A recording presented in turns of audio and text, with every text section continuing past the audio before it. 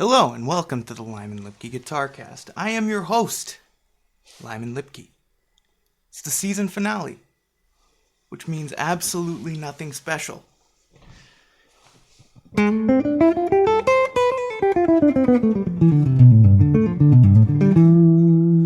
got the Talman today, and I have swapped the neck pickup to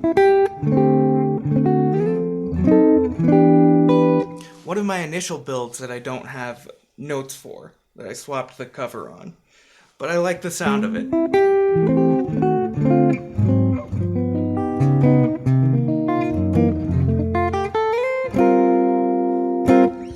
And I somehow busted the tone knob. It does literally nothing. But I might put a push-pull pot in here, and I've been messing around with some quick connect plugs to swap pickups more quickly for my own personal builds. So this guitar will be getting more modifications, but finally fixed the dead fret on the 5th fret. It's an A. It's like my favorite note, and it was just dying way too quick.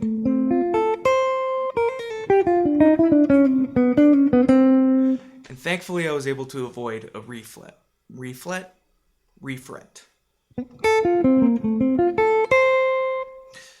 Just a little bit of glue, Fool me once, shame on you. Fool me twice, shame on glue.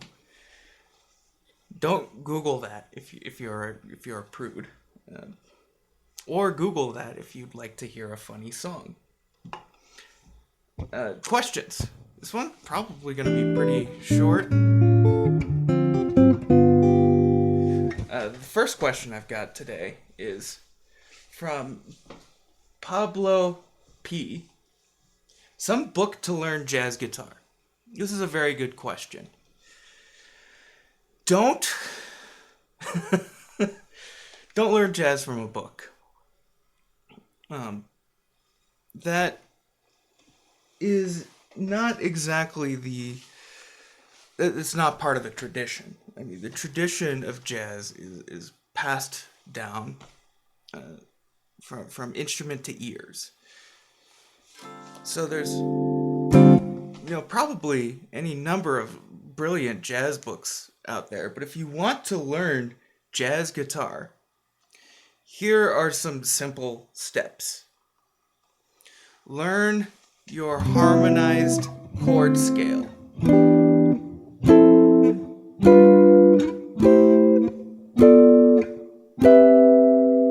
That's something I've never talked about here. The harmonized 7th chord scale. Basically, what that is where you're playing the 7th chords, which, if you've listened to the show before, how I explain that is we skip every other letter till we have 4 letters. C, E, G, B. And do that from every note. C, D, E, F, G, A, B, C. That gives us C major 7, D minor 7, E minor 7, F major 7, G dominant 7, A minor 7, B minor 7 flat 5. That one's different.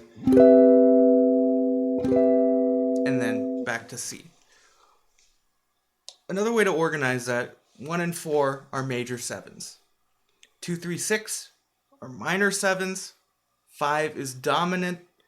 And 7 is half diminished. And these are what we call drop 2s. So this chord comes from this second inversion C major 7 chord. 5, 7, root, 3rd.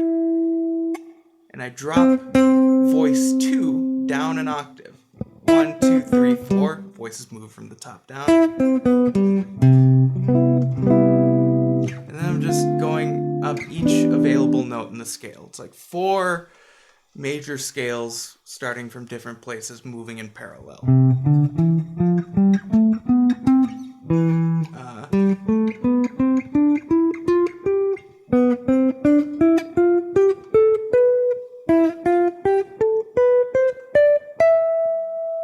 If you're a modal thinker, think of Ionian, Mixolydian, Locrian, Phrygian.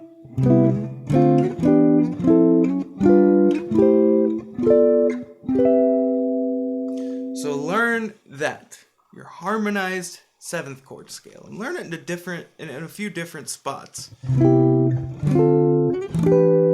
I could go here, but I'll drop back down here.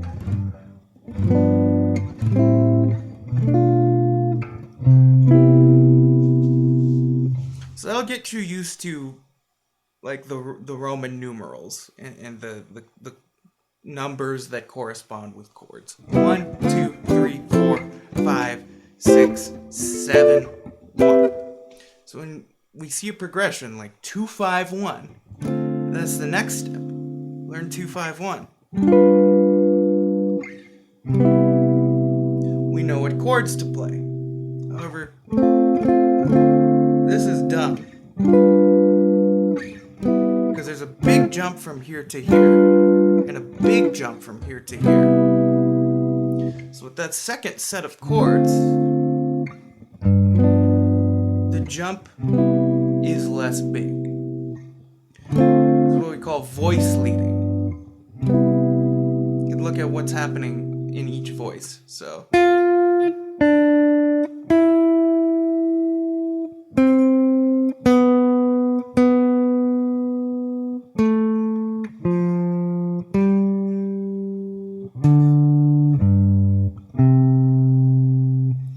much nicer than,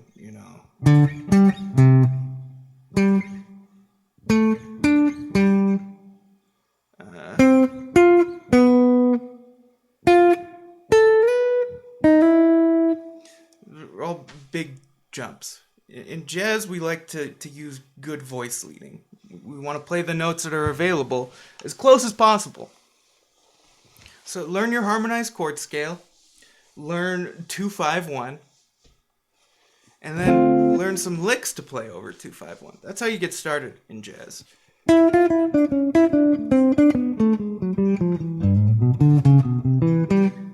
That's a nice 2, 5, 1 lick. I could tab it out or tell you the fret numbers to play.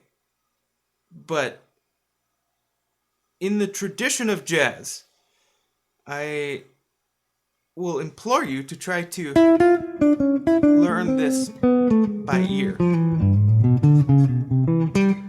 One cool thing that if you're watching the video, you can see right where my fingers are going. I'm playing a standard tuned guitar. And that's a little bit of an advanced lick. So we'll play something simpler. And try to get this one by ear, maybe even by eye.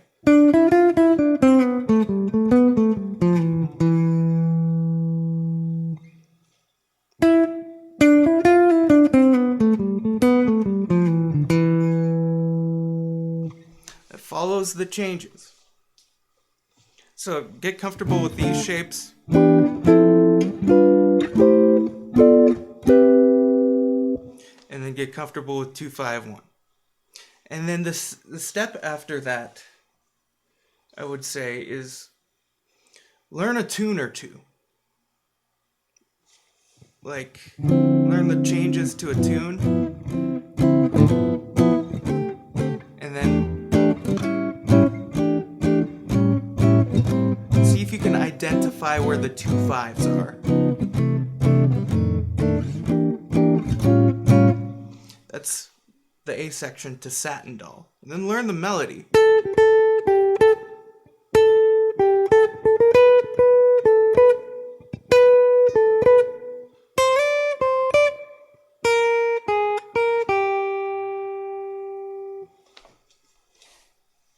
And advanced step. Put them together.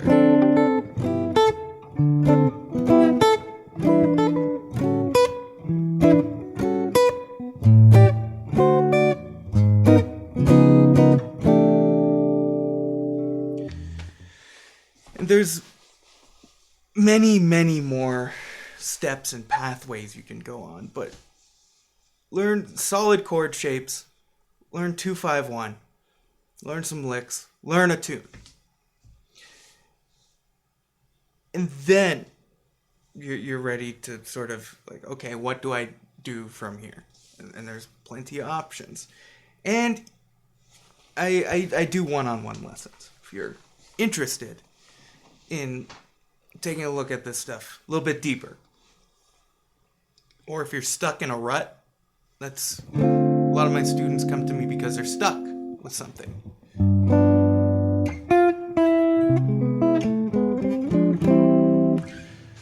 So, I mean, I didn't learn jazz from a book. I learned jazz by playing and talking with older musicians. It's real interesting. Get your bingo card ready, invoking the name of...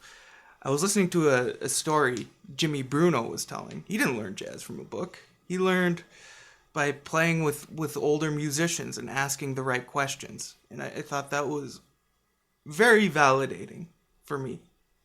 However, I imagine the caliber of musician he was playing with when he was coming up was much higher than the caliber of musician that I was playing with. But I did get to play with some great players when I was coming up.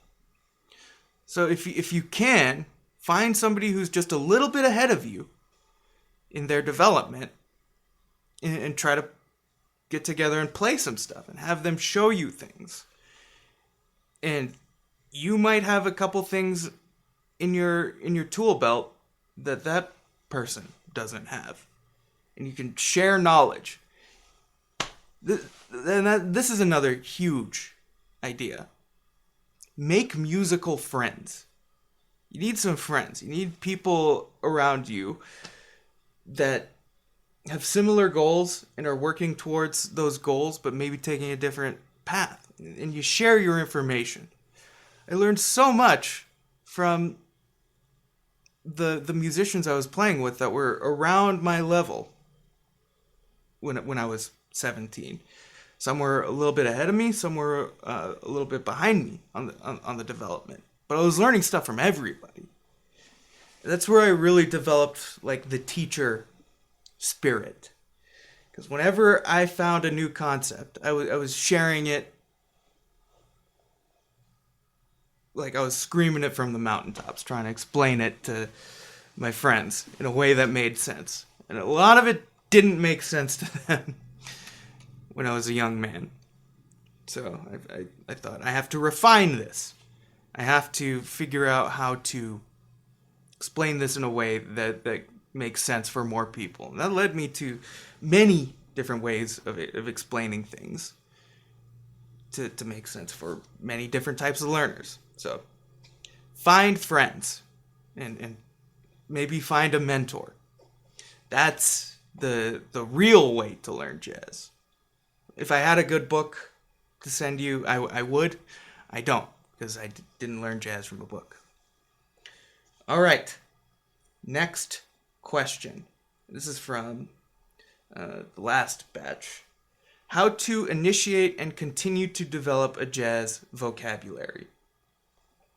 The big answer here, the one that you will receive the most, is transcribe.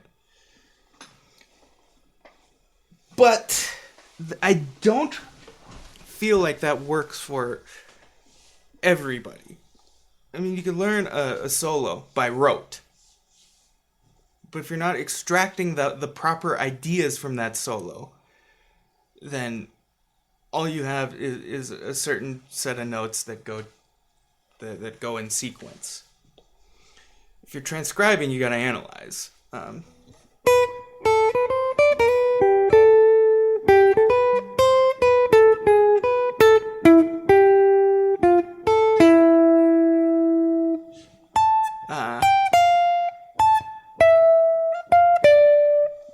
That's required learning for all of my jazz students. Chet Baker's solo on Let's Get Lost. Beautiful, beautiful tune.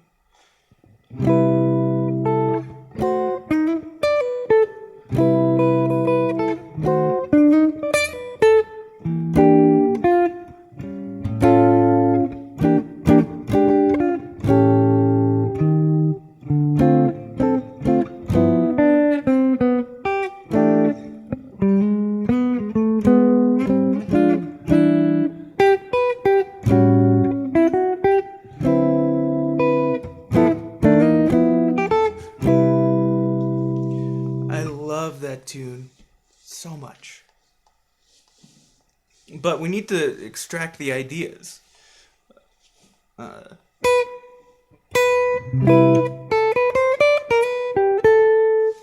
He throws the lick in immediately. The lick. So let's look at what's happening here.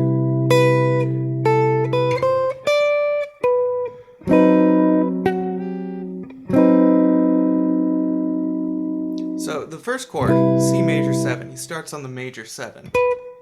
And then goes to the 6. And the next chord is C diminished.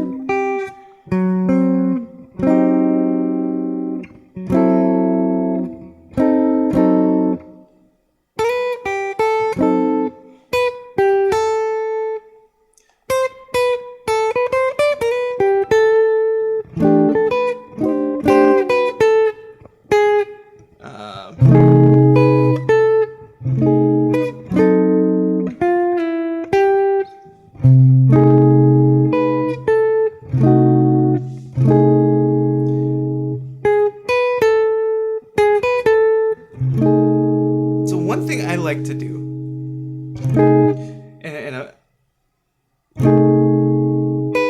is I like to put a chord shape underneath the melody note of the solo. All that works over C. And then we've got C diminished as our next chord. This is C diminished. This is C diminished with a sharp 5. Is that a sharp 5? Yeah.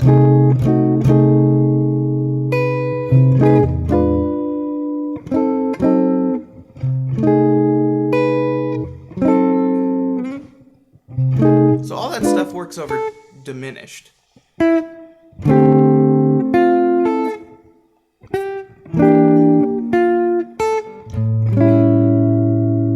This line over minor 2-5. The third of the minor chord, minor 7 flat 5 chord, to the fifth of the 5 chord, and then repeated.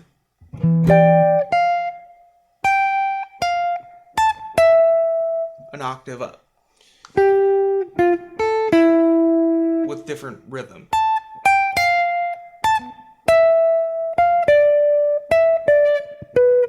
And I forget that lick. But we need to be able to look at what is going on in the melodic contour, the melodic content, and against the changes. And to do that for an entire solo that's a daunting task. But important, because that teaches you how to structure a solo properly.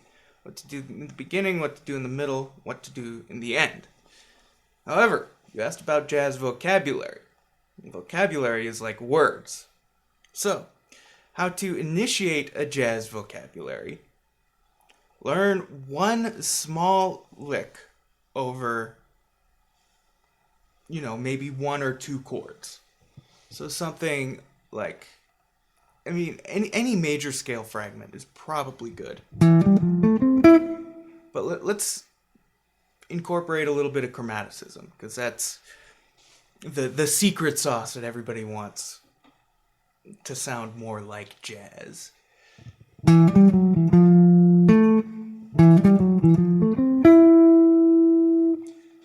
That is a very, very jazz line.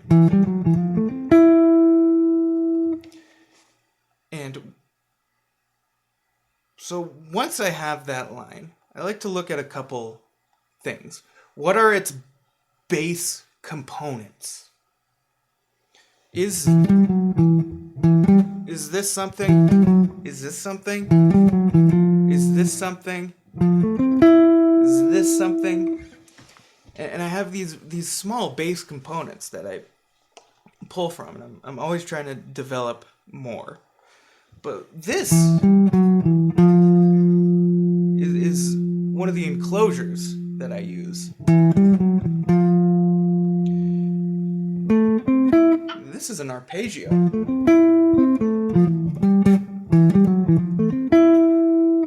So I call this enclosure into arpeggio. That's a jazz line. And then the next thing I'll do is, can we move it around? So if this is a bass component, I want to figure out how to play that diatonically throughout the scale in a way that makes sense.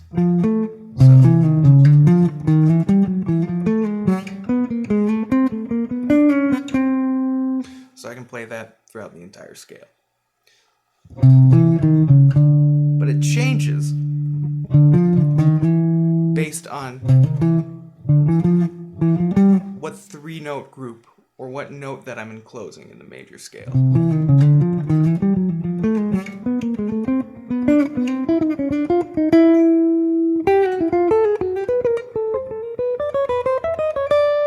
And unfortunately, there's a ton of different spots we can do this on the guitar.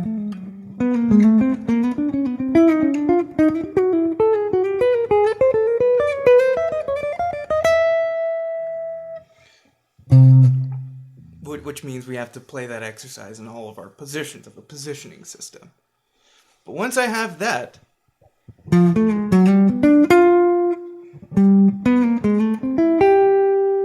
I can play enclosure into all of the arpeggios that I know.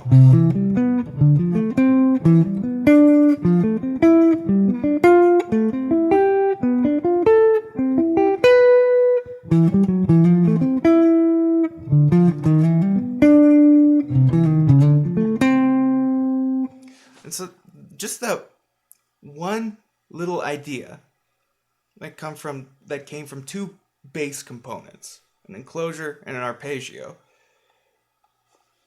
I have, I don't know how many per position, so that's 1, 2, 3, 4,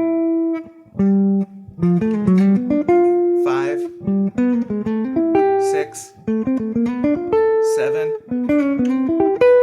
8, 9, 10, 11 per position. 7 positions, that's 77 different possibilities for those two bass components to be put together. Thankfully, there's a good amount of overlap. This is the same fingering as this. So, grabbing some solid bass components, things that last maybe a beat, 2 beats, or a bar. Enclosures, arpeggios, Barry Harris chromatic ideas.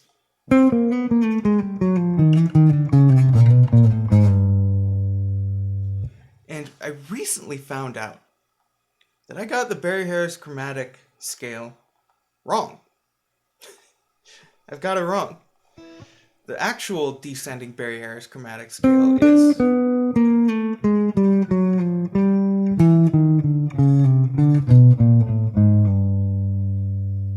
And why am I excited that I got it wrong?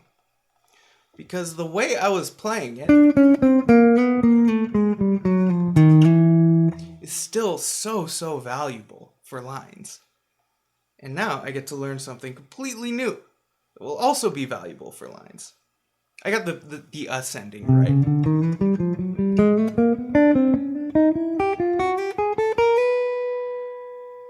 That was that's how you do it. So fragments of Barry Harris chromatic are good bass components. So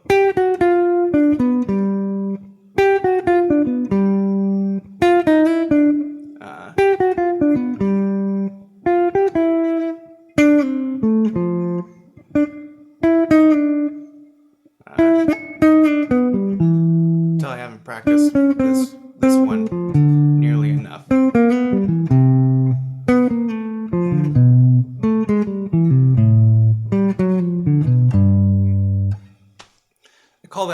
one tone of Barry Harris chromatic and into a descending arpeggio. Or you could do one tone of Barry Harris chromatic into an ascending arpeggio.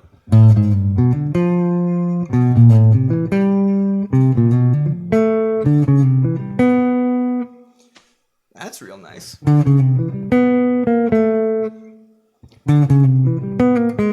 One tone of descending Barry Harris chromatic into an arpeggio, into an enclosure.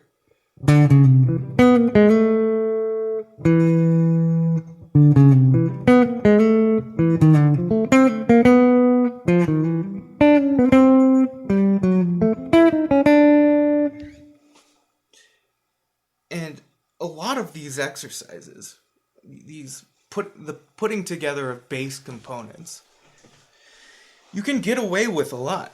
Like, you can play them as exercises over changes that stay mostly diatonic. And play something that sounds kind of convincing to the layperson. But once you have command of those ideas, you can actually fit them over the chord changes. That's when you've started to build that vocabulary, these ideas that you can pull from.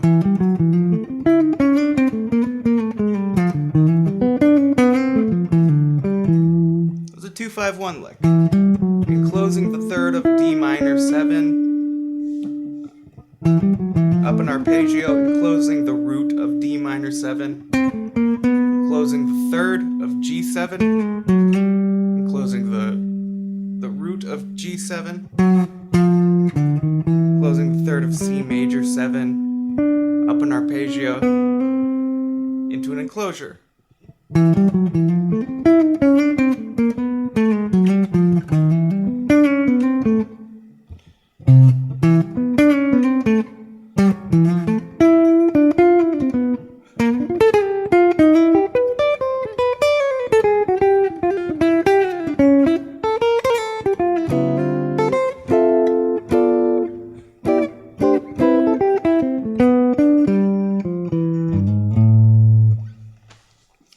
That end lick, I use that all the time. Just one tone of Barry Harris chromatic. It's sort of like a punctuation.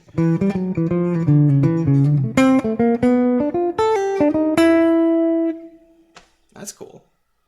So get your bass level components happening. And then see how you can put them together and see how you can move them around diatonically. And then you're on the journey of building a personal jazz vocabulary. Like, my vocabulary is very, very personal because this is stuff that I've spent a lot of time studying myself, and I'm pulling from all these different sources. You know, nothing I've ever played has been original, but that's fine. If I figure once I come up with enough vocabulary and you know, get more life experience, I'll be able to put these things together in a way that, you know, sounds like me. You're always gonna sound like you. Great quote I saw in a video. Somebody was talking about giant steps, and the student said, he's telling a story about a student. Student says, I don't want to learn the Coltrane licks because I don't want to sound like Coltrane. The teacher said, don't worry, you won't. Only Coltrane's going to sound like Coltrane, and only you are going to sound like you. Be that, you know, an amalgamation of all of your musical experience and all of your study. That's basically everybody. There might be a couple people who are just divinely inspired, and they heard it. Like, they had these brilliant ideas that nobody's ever heard before, that were influenced by very little of the outside world. But that's so rare. We mere mortals cannot expect to do that. So we just gotta absorb as much knowledge from other players, other music, and then pick what we like. We're gonna sound like us. You're gonna sound like you. I'm gonna sound like me. There's no way around it. Next question.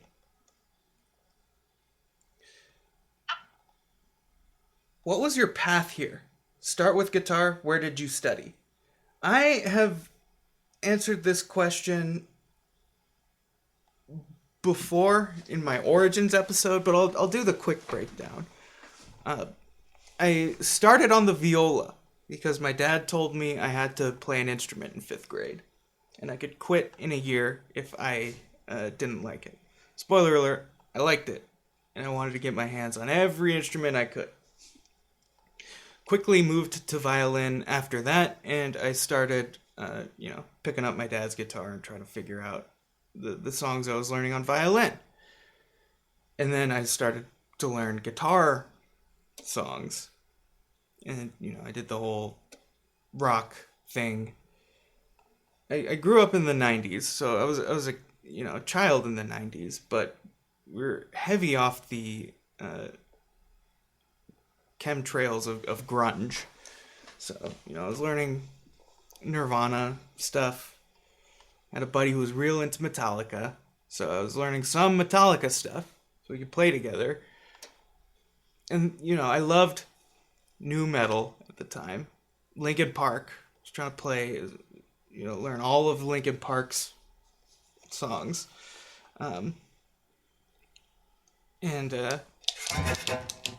even tried to learn, the Johan's scratch solos.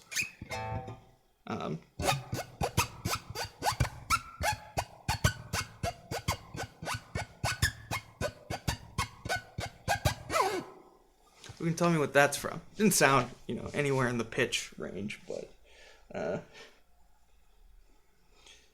there was an AMV that went along with that song.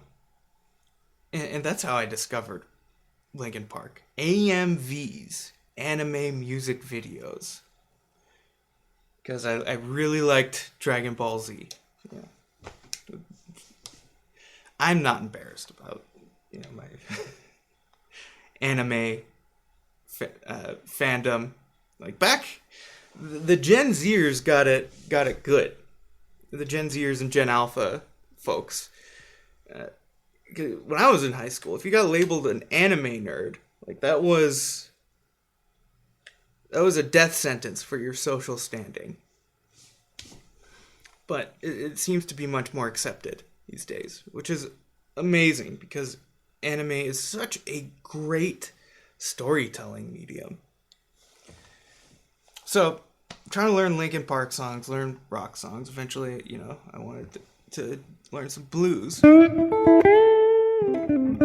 because you could play guitar solos forever. And then I started playing upright bass, joined my jazz band, naturally started trying to play jazz guitar. And then I went to the local university, snuck in the back door, and studied bass for 3 years.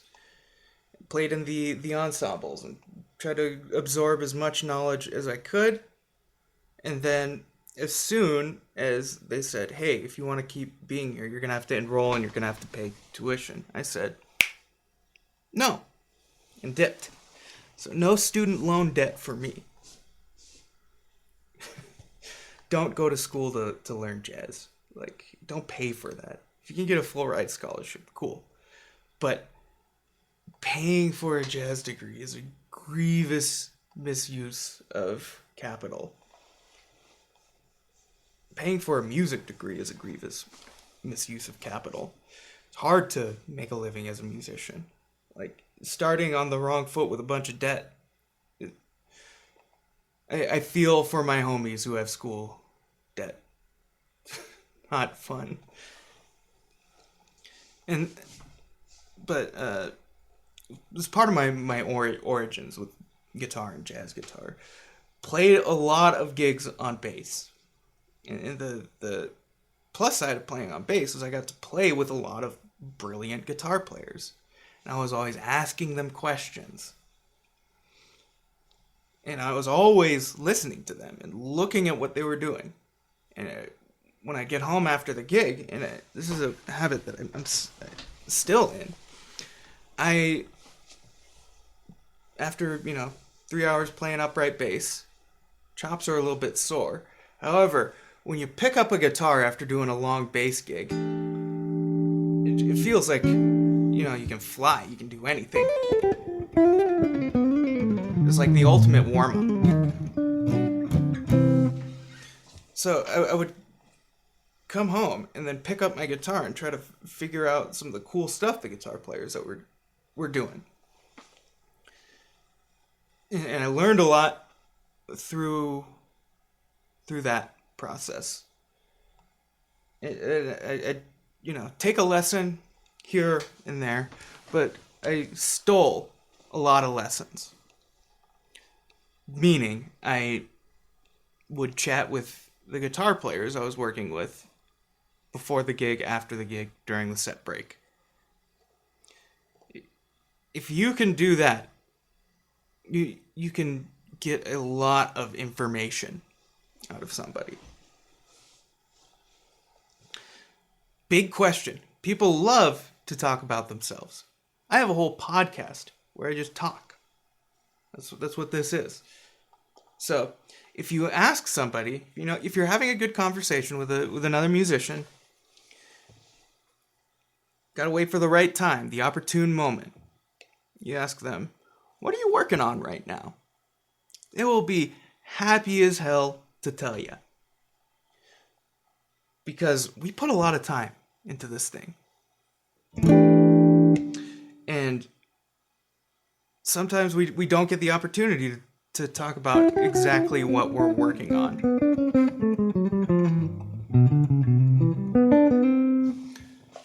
So when we ask somebody what they're working on, they're usually very excited to talk about that at length. And some of it might fly over your head. Like, I wouldn't pull out a pen and paper or your phone and start taking notes, but try real hard to remember anything that doesn't make sense to you. Say somebody says, oh yeah, I've been really working on tritone substitution and working lines with tritone substitution, incorporating Lydian dominant. A bunch of nonsense words. So what you gotta remember, tritone substitution, Lydian dominant. If you can remember those two things, you can go home, Google them, like search them up. And it might not make sense to you, like at the time, like tritone substitution is this. Instead of playing this, play this. Lydian dominant. It's a Lydian scale with a flat 7.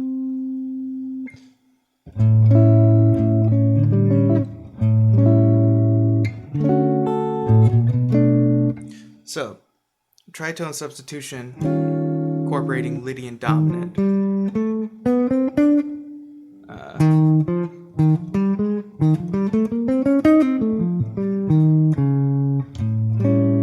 Which actually just gets us to the altered scale.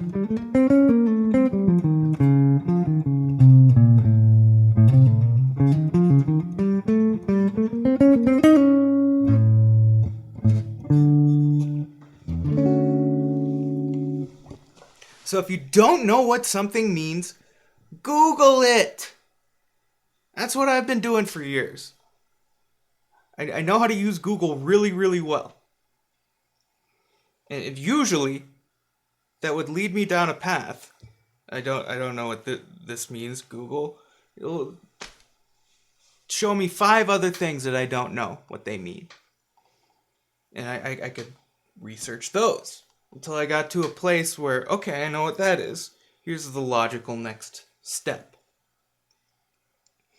That is how you can really make headway as a self-taught musician. Use Google properly.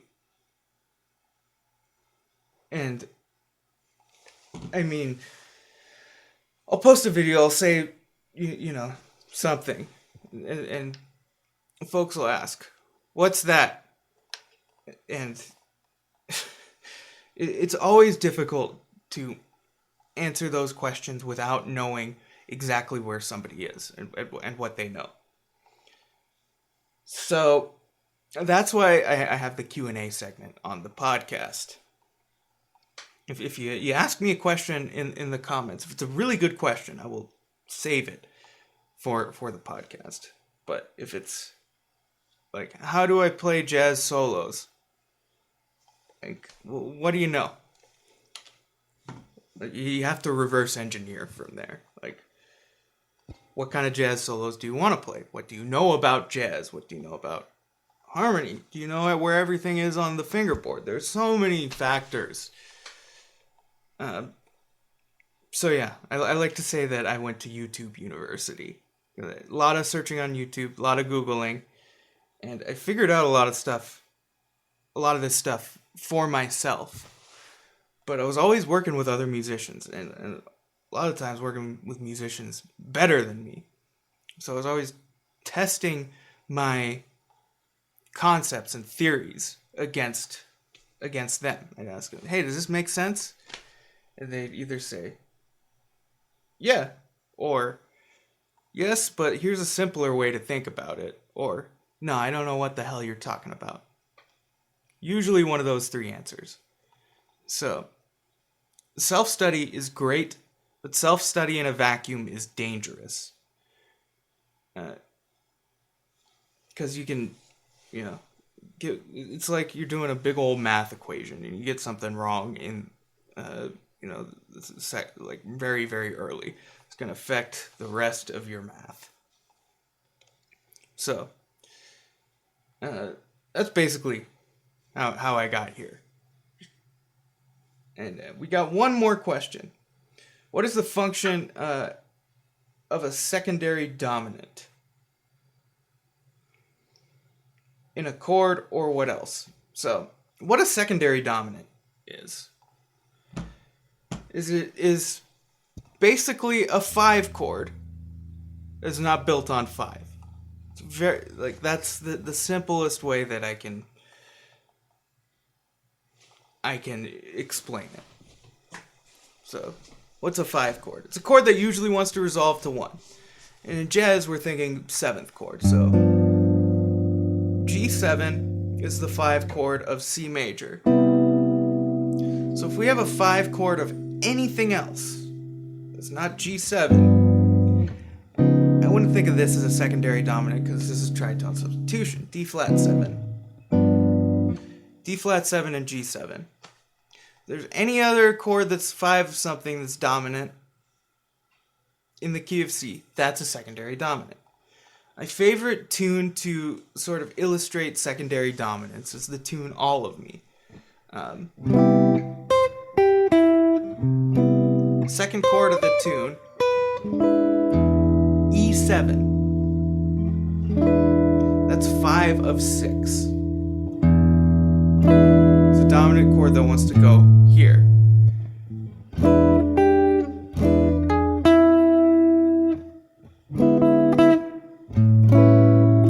And we actually go to A7, which is 5 of 2. So 2 secondary dominants in a row. And it actually resolves to 2. And then back to E7, which resolves, 5 of 6 resolves to the 6th chord.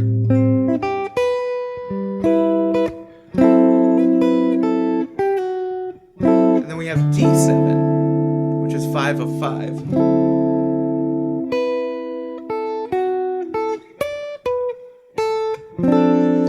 Very common move in jazz is if something is resolving to a 5 chord, we're going to a 5 chord, we can precede that with its corresponding 2 chord. So if this is 5 of 6, this would be 2 of 6. No, 5 of 2. Sorry. 2 of 2. 5 of 5.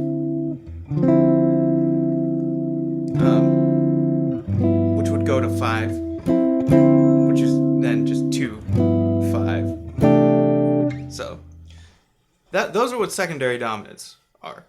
Dominant chords that aren't built off of the 5th degree. And so we can take a simple progression, and in front of any of the chords, we can put a dominant chord that resolves to it before that chord, and that gets us to a secondary dominant chord.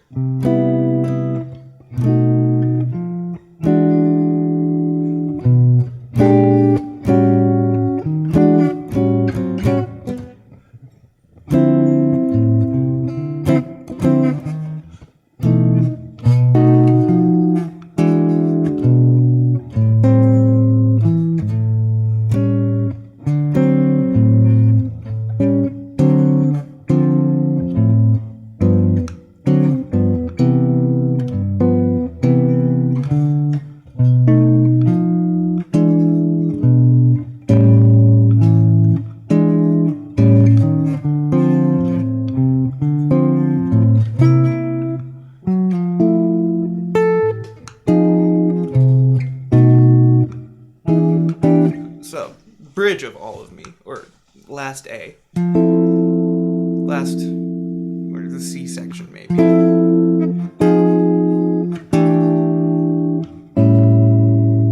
can put dominant chords that lead to those. So we're going to F6, play C7, 5 of 4. F minor 6, which would go to C7 or C major or E minor 7. So I can play a B7 to get to that E minor 7.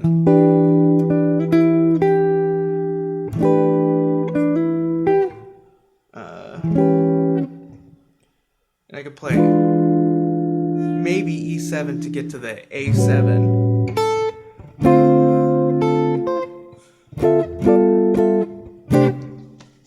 So those are secondary dominants.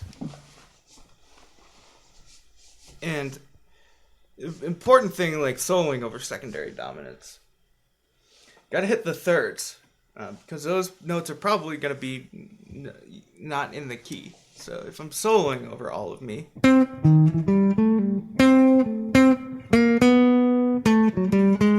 there's a third of E7. Third of A7.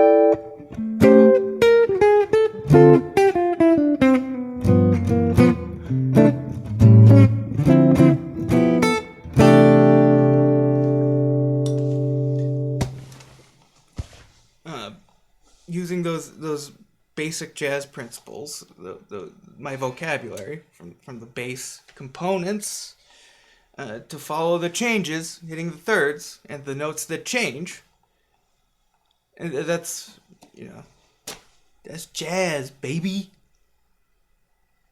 And that's a season. It's over. We'll see you in like a month.